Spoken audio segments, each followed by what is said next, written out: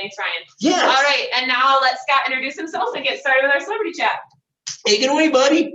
All right. Hello, all, and welcome to this chat. Thanks for letting me be part of it, first of all. But my name is Scott Staszak, and I'm actually with People's State Bank, working as a talent acquisition manager, which I'll tell you all about in a little bit. But been with the bank for about 12 and a half years now in different kind of roles.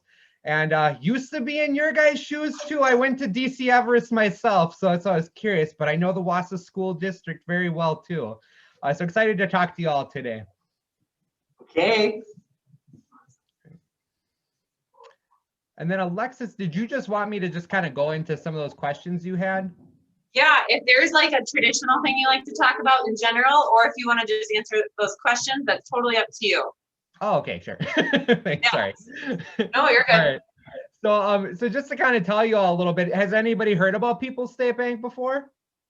I've seen your ads on TV. Yeah, we are on TV. Yep. I watch a lot of news on TV, actually. I watch a lot of news networks. Great. Yeah, we're I mean, all the about, local channels is what I mean.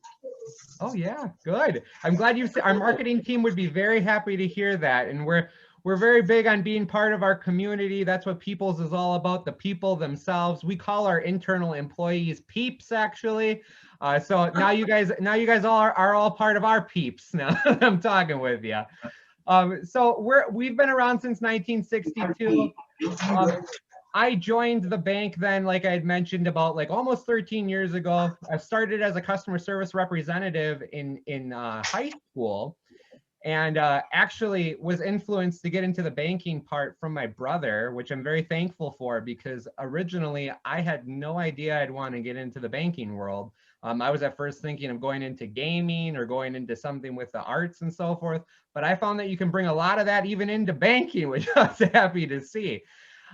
So when I joined, I was influenced by a teacher to join the internship program that they offered through the high school, which I'm going to kind of just mention to you all. I would highly encourage, when you start getting into the working field, or if you're interested in getting into different type of internships to try things out, do it, because you will learn so much about yourselves, of where you want to go and so forth. And that's why I'm happy I stuck with it, because then I found I really liked the banking field. And stayed on through college. I went through UW Stevens Point, and actually stayed local here too. So I didn't have to, I actually just had to travel down to Point every once in a while, did some online classes, a lot of in-person classes through the UW Marathon County, it was called at the time, but now it's the UW Stevens Point extension, and took a couple classes down in Stevens Point. So to get my degree in business administration with a concentration in management. And was happy to stay on throughout my role at People's State Bank to stay working. Helps also pay for college, for sure. And so I would encourage you, if you're able to balance it together, it'll help pay some of your bills for schooling if you want to go that way, or if you want to go right into the working field.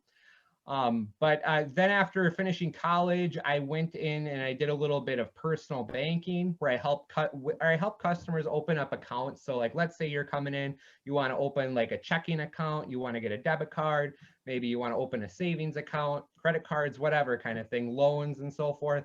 I helped customers do that, and I built a lot of really good relationships, and happy I went through that experience, because then it helped me grow into a supervisor kind of role at one of our branches, where I had a team and was able to do some different coaching and mentoring, and then got into the HR side of things about a little over 4 years ago.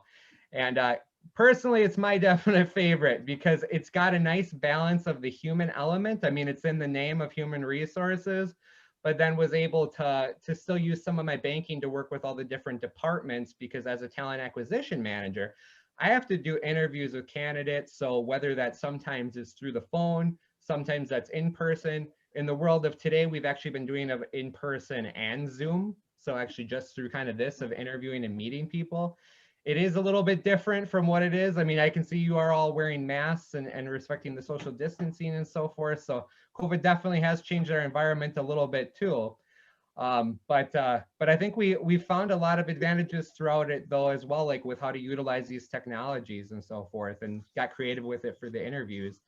But in my role then too, what I get to do there can be some complicated parts with being able to having to deny some people that if they don't get a position, but there's also the really good upside of being able to help people find a position that they hopefully love and will want to stick in and grow. And then also too, like doing different I do some reports. That part, there's some compliance elements, especially with banking and things. So that might not be like the most exciting part to talk about. It's much more fun to talk about the people elements and so forth. But I will say what I also love about my job is I got a lot of creative side to it because I get to help with our staff meeting presentations. Like we have one coming up tomorrow that I'm pretty excited about. And then also help with some of our employee events that we have, like for President's Day in February. We've been starting over the past few years an event for all our employees to come together. We were doing it at Lambeau Field actually the past couple years, but COVID changed that a little bit and we're making it virtual. But what we do is we bring a lot of different speakers to come and talk to our employees and kind of make it a fun day. There's a lot of team building activities that go on. We give away some goodies. We play some games, like we've played Family Feud and stuff. We got a game coming up at this one. But I get to help coordinate a lot that with my awesome team that I really enjoy, which my team is built up in the HR department. We have a manager. We have a person that handles a lot of the benefits for employees. And then we also have a person that focuses on the training, and then I focus on the recruitment or talent acquisition kind of side of the HR department. So it's kind of cool. I enjoy the variety in my roles, which I really like. And obviously too, if any of you have questions about it specifically, I'd be glad to answer those. But that's a little bit about my role in People's State Bank itself. And I believe some of the other things on the agenda too were with COVID-19. So to talk a little bit with COVID-19 on how it kind of affected our workplace, I will say at first it was like, whoa, what's going on? Like everybody, right? Very different environment. And what we kind of did then with some roles, we are able to allow work from home. So not every role, because we do have a lot of positions that are customer facing. So you need to be there for being able to take that cash, doing the deposit. So like our customer service representatives, for example, are very important to still be in the bank to be able to help customers, because there's a lot of financial unease right now too with people, because some people might have lost jobs, might be looking for different jobs, had changes in their life. So we do have some people that were working in office too. And then we did close our lobbies originally with COVID-19 just for some preventative measures and kept our drive-ups open for customers. And then kind of like towards the summer period when things were starting to get a little bit more clear on guidelines, we did open our lobbies back up. And I'm happy to say they are still open today. So we have the options for our customers to still utilize things like all the digital banking kind of means, because you can use your phones for a lot of banking now too. You can deposit checks and everything. So we have those options for our customers. You can come in person and all that. So that's a little bit how COVID-19 affected us. We still have some working from home, but overall, most of our people are working in office, just making sure to wear masks when you're in groups, social distancing if you have to be in a meeting kind of thing. And then, let me see. Or the drive. Scott, I actually have a couple of questions on some stuff that you were talking about. Yeah, please. So I'll take you them. talked about an internship through, yeah. So your internship through high school. I wanted to add something first and then kind of ask you a little bit more about that. But something for you guys to know, both in the DC Everson Wausau School District, they are working really hard to create more opportunities where instead of not necessarily just having your typical core classes, that you guys are getting involved in classes, but then using school time to go out and be working and getting job experience. And that's something they're continuously working towards. So that's something that I want you guys to keep in mind as you get older and into high school. You can actually pick classes where you get to work as part of it and get that hands-on experience. So my question to you, Scott, is that something where you did a class in school and then worked after school, or how did that look for you? Yep. So kind of how it looked for me, and I know they've changed the structure since I was in high school a little bit, but if you're familiar with like the youth apprenticeship program at all, it's very similar to that format where basically you can take some classes that are tying to the field that you're going into, just like Alexis had mentioned then. So like, for example, like me, I was going in the banking side of things. So there were some different type of like finance classes that I took, some different type of maths and so forth too. So they do have those options for you. And a lot of it is under the youth apprenticeship program, I know, for all the different school districts, because we actually hire students right now through the youth apprenticeship, and they usually start as customer service representatives because you learn so much. I mean, it's not just from the banking side. Sure, you learn a lot from the finance and how to handle money, use different technology and stuff for processing things for customers. But I mean, you also like learn communication skills, so a lot of soft skill kind of things too, and how to work on, as a team, because you're doing a lot of that in school right now. So yes, what to give you a short answer to the question is, yes, I did take a class, and then I was able to leave school a little bit early and then go to work, and you get paid, which was really nice too. So something to definitely look out for when you guys get towards your working, or if you're in your working kind of field time right now. Youth apprenticeship program is a great way to start, and the schools work closely with it. That's awesome. And our career launch director, Carol, she is awesome to reach out towards. And I know she's not here right now, but I have all of her information, and a lot of you have met her. So she is someone that we can reach out to. Is she gonna appear by Zoom? By Zoom, maybe next week she'll be on Zoom again. Okay. Okay. And here's a question. But when you heard there were spiking COVID cases, what did you guys have to do when you heard there was a spike? Oh, great question. So what we did when there was a spike is we have a lot of different policies in place. So like, again, if there were positions that could work from home, they could do a request. And as long as they had the technology to do it, it was fine. What we had to do then, we did keep our lobbies open even when the spike happened, is we do have a lot of like shields and so forth in front of our customer service lines that we had to make sure were in place. And again, a lot of signage for social distancing kind of things.